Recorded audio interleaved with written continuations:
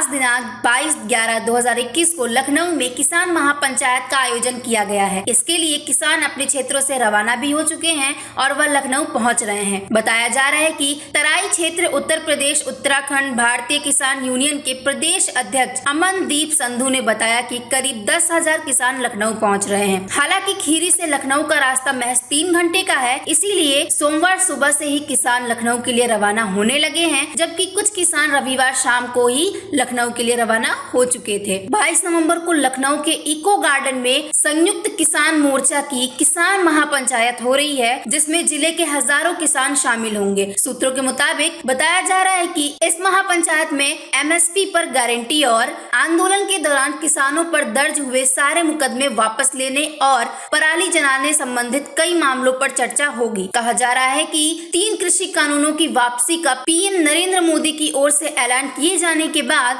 संयुक्त किसान मोर्चा ने 3 और मांगे रख दी हैं। रविवार को सिंधु बॉर्डर पर किसान नेताओं की बैठक के बाद पीएम नरेंद्र मोदी को लिखे पत्र में इन मांगों को उठाया गया है। किसान मोर्चा के द्वारा पत्र में लिखा गया, प्रधानमंत्री जी, आप जानते हैं कि 3 काले कानून को रद्द करना इस आंदोलन का एकमात्र लक्ष्य नहीं था। हमने शुरुआत से ही 3 और मांगे उठाई थी। इन मांगों के बारे में बताते हुए किसान मोर्चा ने कहा कि हमारी सारी मांगे यह है कि न्यूनतम समर्थन मूल्य की गारंटी तय की जाए, इसके लिए कानून बनाया जाए। इसके अलावा विद्युत अधिनियम संशोधन विधेयक के ड्राफ्ट को वापस लेने की मांग भी किसानों ने की। यही नहीं, किसानों ने एनसीआर के प्रदूषण पर लगाम कसने के लिए पराली जलाने पर किसानों पर सजा का प्रावधान हटाने की भी मांग की गई है। किसानों ने मांग की दिल्ली, हरियाणा, चंडीगढ़ और यूपी के आंदोलन के दौरान किसानों पर दर्ज केसों को तत्काल वापस लिया जाए, केंद्रीय मंत्री अजय मिश्रा को बर्खास्त कर गिरफ्तार किया जाए। इसके बाद आखिरी मांग किसानों ने रखी कि आंदोलन के दौरान मरने वाले 700 किसानों को